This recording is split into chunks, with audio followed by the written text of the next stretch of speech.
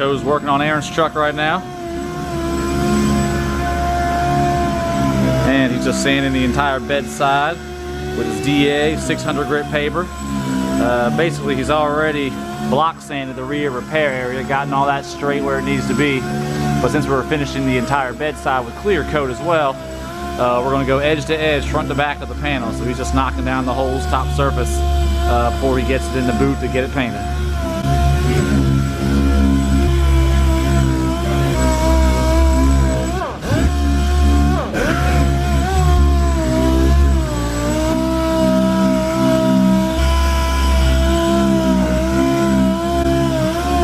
For that little bit of damage, that's what's involved, is painting the entire bedside.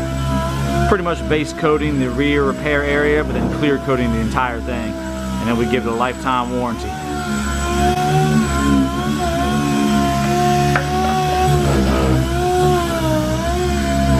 And you can see we got the bumper off, the taillight out, the upper molding loosened up, fuel door off, all the little trim pieces off, so Joe can hit pretty much every crevice of the panel. And we'll even hit the fuel door.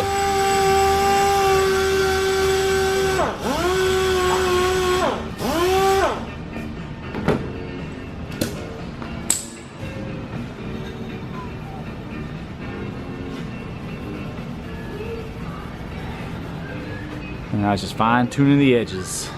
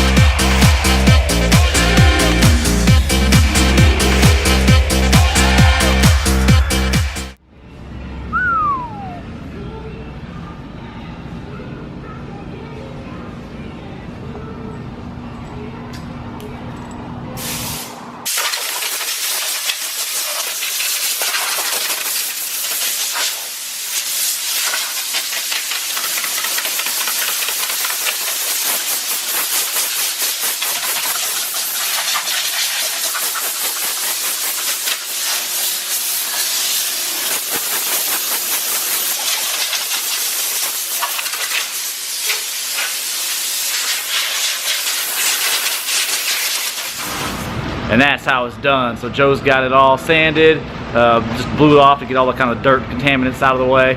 And next he's gonna wipe it down, get it all taped up, and then we'll throw it into the booth. And of course we gotta pick a color as well, so we'll show you how we do that.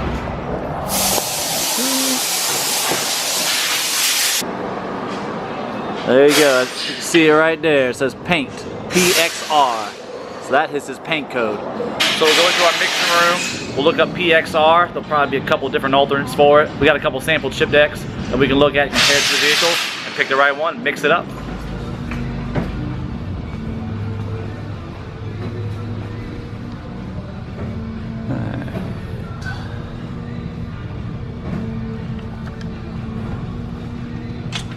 Now what we got to do is pick the color to the truck.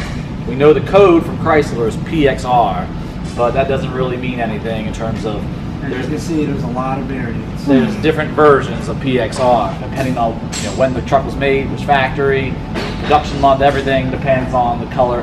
So there are different choices that we have to choose from. Because robots mess up. And this is what we got to deal with. So now these are our color samples, our little chip decks that we have from our paint manufacturer. And we're just trying to find the closest match to what the truck has on it. It's all the same color, it's just all different versions of the same color. You definitely want to look at the color on the face and on the side. Yeah, you kind of got to play with the light, see how it reflects off, see how it matches up to the vehicle. And you pretty much weed out your choices until you find the closest one. So I move the light around, Joe kind of goes through the chips. Go ahead, I'd get that one out. That's like too blue. Yeah, metallic's good, but the color's off. It is too green. It's not black. Too green. Too gray, milky. So that chip deck is no good. It's the same problem. There you go. That looks better, so that's probably the best one so far. That's got that black and it's got the flake. Now you have the ones that I've sprayed. Over our history, we've already sprayed this color a couple times, and we keep our own samples. And that's what these cards are. And I think I like the bottom one the best on those. Alright, so we've narrowed it down to 2. One in our sample deck and one that Joe sprayed out from a different mix. And if I had to pick, I'd probably go with the top because it's darker. Bottom one. You think the bottom? Alright, so me and Joe are at a disagreement, which isn't the first time.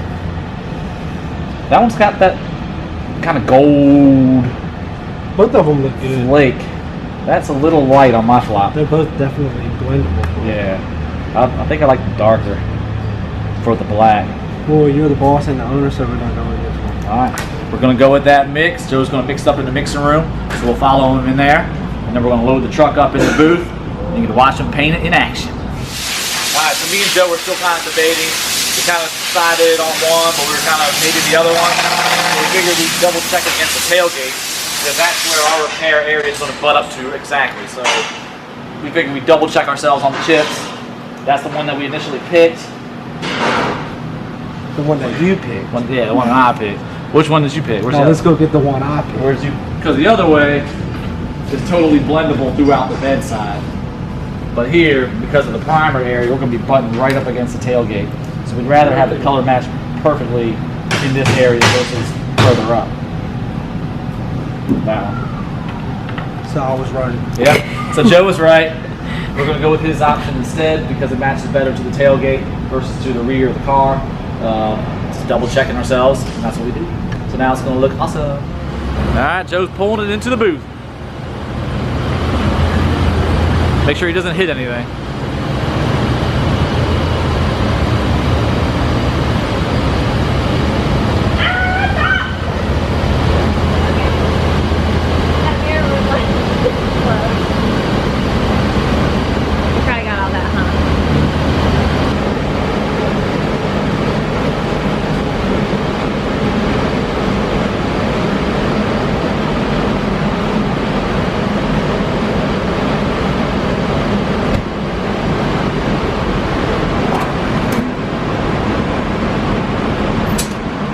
Alright, time for Joe to start mixing this paint so we can get Aaron's truck all done. Let's watch him.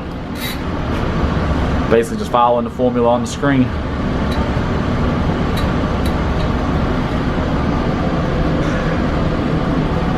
Making sure he doesn't overpour.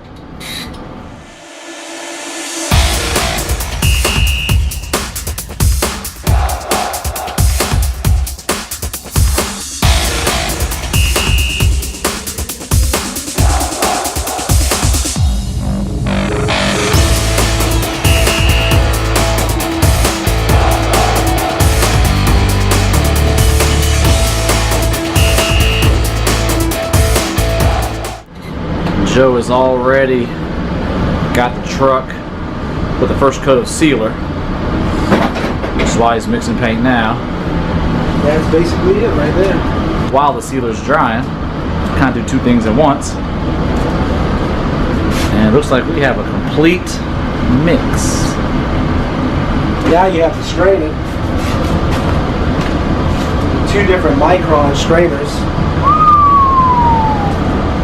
As you can see, one is a 190 and the other one is a 125. And why do you strain it? When I'm done, you'll find out.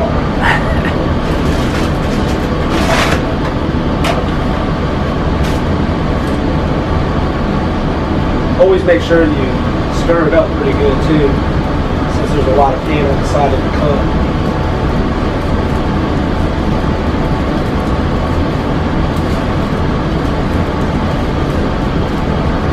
I'm sure Joe will share some of his secrets with us, but some secrets he'll keep to himself.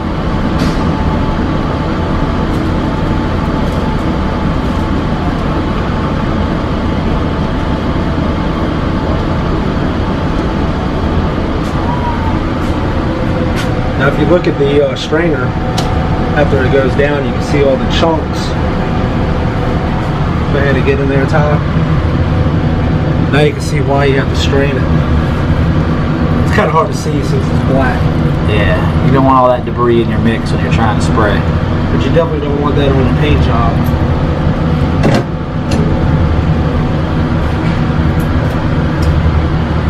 And this right here is your last defense. One more strainer right before it goes out.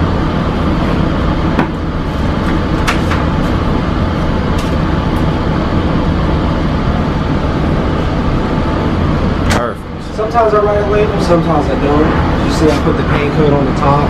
Yeah, so when I need it, I can use it for touch-up paint.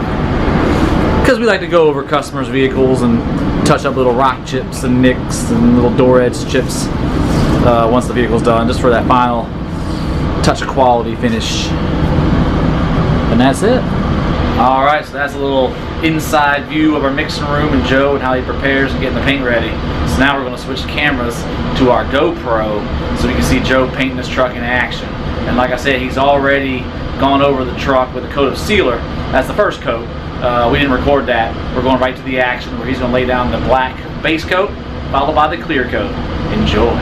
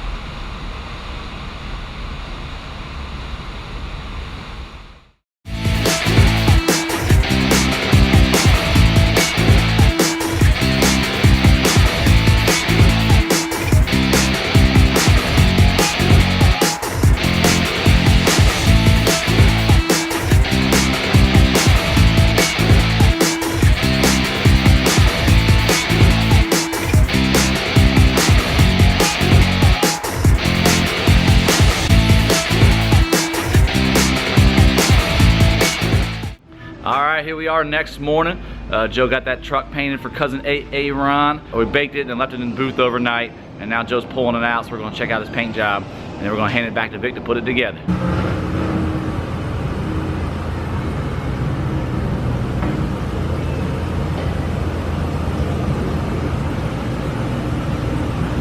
Here it comes.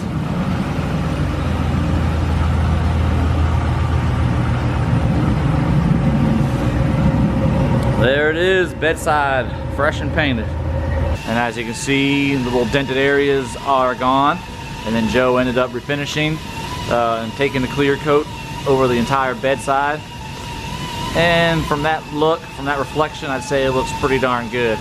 So we're going to get it over into our detail spot, just to go over it in a little fine tuning, just make sure if it needs any touch up, like a little buffing or polishing, we can go over it. But the way this one looks, I don't think it's going to need much.